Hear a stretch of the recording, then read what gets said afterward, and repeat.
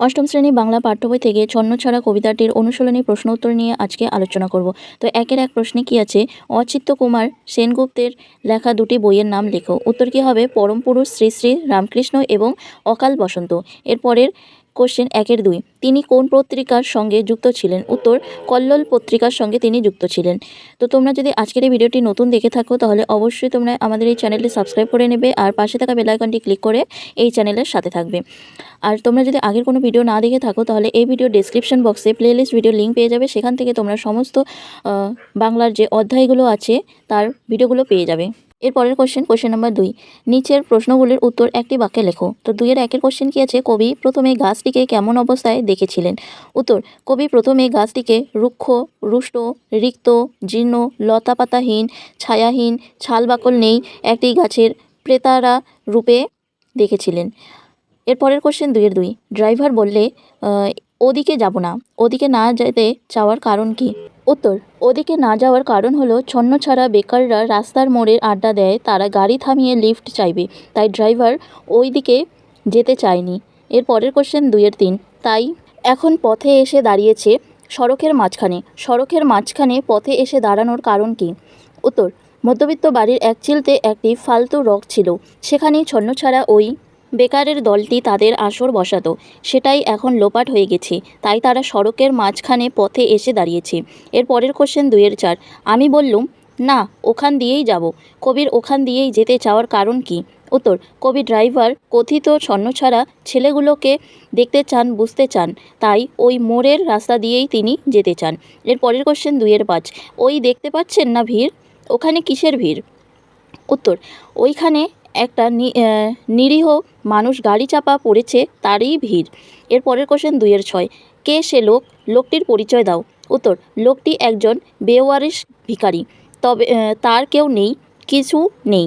এর পরের কোশ্চেন 2-এর 7, চেঁচিয়ে উঠল সমস্বরে, কি বলে তারা সমস্বরে চেঁচিয়ে উঠল।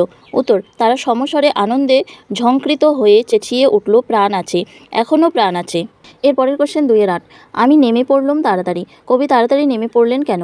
উত্তর, কবির গায়ে সেই বেওয়ারিশ ভিখারির রক্তের দাগ লেগে যেতে পারে, এর থেকে নিজের ভব্যতা ও শালীনতাকে বাঁচাতে গিয়ে কবি তাড়াতাড়ি ট্যাক্সি থেকে নেমে পড়লেন। এর পরের কোশ্চেন 2-এর 9, ফিরে আসতেই দেখি ফেরার পথে কবি কি দেখতে পেলেন। উত্তর, ফেরার পথে কবি দেখতে পেলেন গলির মোড়ে গাছের সেই শুকনো বৈরাগ্য বিদীর্ণ করে বেরিয়ে পড়েছে হাজার হাজার সোনালি কচি পাতা, মর্মরিত হচ্ছে বাতাসে, আর তার ডালে ডালে উড়ে এসেছে নানা রঙের পাখি। এর পরের কোশ্চেন 2-এর 10, অবিশ্বাস্য চোখে দেখলুম, কবির চোখে অবিশ্বাস্যের ঘোর কেন। উত্তর, কারণ কবি যা শুনেছিলেন তা সবটা ঠিক ছিল না, তাই অবিশ্বাস্য চোখে তিনি দেখলেন যে কিভাবে এক মুহূর্তে সমস্ত কৃত্রিমতা অমানবিকার শিকড়কে তুলে ফেলে শান্তির বাড়িধারা প্রকৃতিকে স্নিগ্ধ করতে পারে। এর পরের প্রশ্ন কোশ্চেন নাম্বার 3, নির্দেশ অনুসারে নিচের প্রশ্নগুলির উত্তর দাও।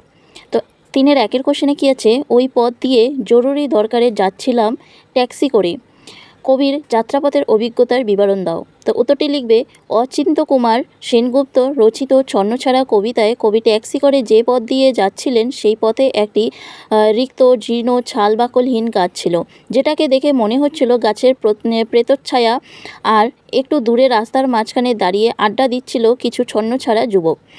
তাদের উৎপাতের আশঙ্কায় ড্রাইভার সেদিকে গাড়ি ঘোরাতে না চাইলেও কবি সেদিক দিয়েই যেতে বলেন এবং নিজেই ডেকে তাদের লিফট দেন।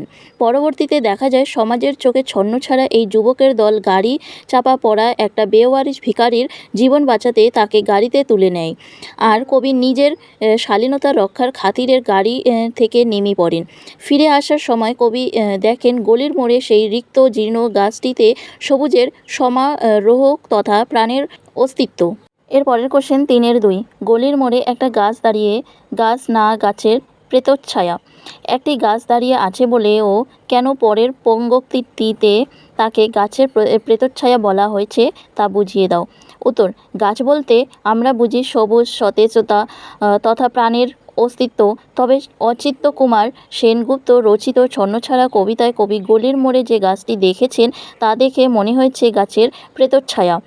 আঁকাবাঁকা শুকনো কতগুলি কাঠির কঙ্কাল শূন্যের দিকে এলোমেলো তুলে দেওয়া, রুক্ষ রুষ্ট রিক্ত জীর্ণ, গাছটির লতা নেই, পাতা নেই, ছাল বাকল নেই, কোথাও এক আঁচড় সবুজের প্রতিশ্রুতি নেই, নেই এক বিন্দু সর্ষের সম্ভাবনা। এ কারণে এই প্রাণহীন কঙ্কালসার গাছটিকে কবি গাছের প্রেতচ্ছায়া বলে মনে করেছেন। এর পরের কোশ্চেন 3-4, কারা ওরা? কবিতা অনুসরণে ওদের পরিচয় দাও। উত্তর, অচিন্ত্য কুমার সেনগুপ্ত রচিত ছন্নছাড়া কবিতায় ওরা আমাদের দেশের হাজার হাজার বেকার যুবকদের প্রতিনিধি। সমাজের চোখে যারা নীতিহীন, আদর্শহীন, ছন্নছাড়া যুবক, ট্যাক্সি ড্রাইভারের মতো ওরা নেই রাজ্যের বাসিন্দা, যাদের আইন কানুন, বিনয়, ভদ্রতা, শ্লীলতা, শালীনতা কিছুই নেই। ওদের অফিসে চাকরি নেই, কারখানায় কাজ নেই, মেলায় খেলনার টিকিট নেই, প্রেরণা জাগানোর প্রেম নেই, ওদের প্রতি কারো দরদ নেই। তবুও কবিতার পরবর্তী অংশে দেখা যায় এই ছন্নছাড়া যুবকদের মানবিকতা বোধ আছে। তারা আগে পিছে না ভেবে বেওয়ারিশ ভিখারির প্রাণ বাঁচাতে তৎপর হয়। আর তথাকথিত সভ্য সমাজের প্রতিনিধি কবি নিজের শালীনতা বাঁচাতে গাড়ি থেকে নেমে দাঁড়ায়। এর পরের কোশ্চেন 3-5, ঘেঁষবেন না ওদের কাছে। এই সাবধান বাণী কে উচ্চারণ করেছেন? ওদের বলতে কাদের কথা বোঝানো হয়েছে? ওদের কাছে না ঘেঁষার পরামর্শ দেওয়া হলো কেন? এখানে 3টি প্রশ্ন একসঙ্গে আছে, তো তোমরা একটু প্যারা করে করে উত্তরগুলো লিখবে। তো প্রথম কোশ্চেনের জন্য উত্তরটি লিখবে, অচিন্ত্য কুমার সেনগুপ্ত রচিত ছন্নছাড়া কবিতা থেকে নেওয়া প্রশ্নোদিত সাবধান বাণী উচ্চারণ করেছেন ট্যাক্সি ড্রাইভার। এর পরের কোশ্চেনের জন্য উত্তরটি একটু প্যারা করে লিখবে, ওদের বলতে এখানে রাস্তায় আড্ডা দেওয়া ছন্নছাড়া যুবকদের বোঝানো হয়েছে, যাদের পরনের চোঙা প্যান্ট, চোখা জুতা, যাদের মেজাজ রোখা। এর পরের প্রশ্নের জন্য একটু প্যারা করে লিখবে, ট্যাক্সি ড্রাইভারের মতে এই ছন্নছাড়া যুবকদের রীতিনীতি, বিনয়, ভদ্রতা, শালীনতা কিছুই নেই। এদের কোনো কাজ নেই, এরা সারাক্ষণ রাস্তার মাঝখানে দাঁড়িয়ে আড্ডা দেয় আর গাড়ি দাঁড় করিয়ে লিফট চায়, যার ফলে ড্রাইভার ও যাত্রী উভয়কেই হেনস্থা হতে হয়। তাই ট্যাক্সি ড্রাইভার কবিকে ওদের কাছে না ঘেঁষার পরামর্শ দিয়েছে। তো আজকের এই ভিডিওটি এই পর্যন্তই। আর 3-6 থেকে বাকি যত প্রশ্ন থাকলো এই প্রশ্নের উত্তরগুলো তোমরা পরের ভিডিওতে পেয়ে যাবে। ততক্ষণে এই ভিডিওটি দেখতে থাকো। যদি তোমাদের এই ভিডিওটি ভালো লাগে তাহলে অবশ্যই লাইক করবে আর কমেন্ট করবে আর সাথে শেয়ার করবে তোমাদের একই ক্লাসের বন্ধুদের সাথে। যদি ভিডিওর মধ্যে কোনো ভুল ত্রুটি থেকে থাকে তাহলে অবশ্যই সেটা আমাকে কমেন্ট করে জানাবে আর সেটা অবশ্যই হাইলাইট করবে, যাতে আমার বুঝতে সুবিধা হয় আর পরবর্তীকালে আমি তোমাদেরকে বোঝাতে পারি। তো যদি এখনোই এই চ্যানেলটি সাবস্ক্রাইব করে না থাকো তাহলে অবশ্যই এই চ্যানেলটি সাবস্ক্রাইব করে নেবে আর পাশে থাকা বেল আইকনটি ক্লিক করে এই চ্যানেলের সাথে থাকবে। ধন্যবাদ।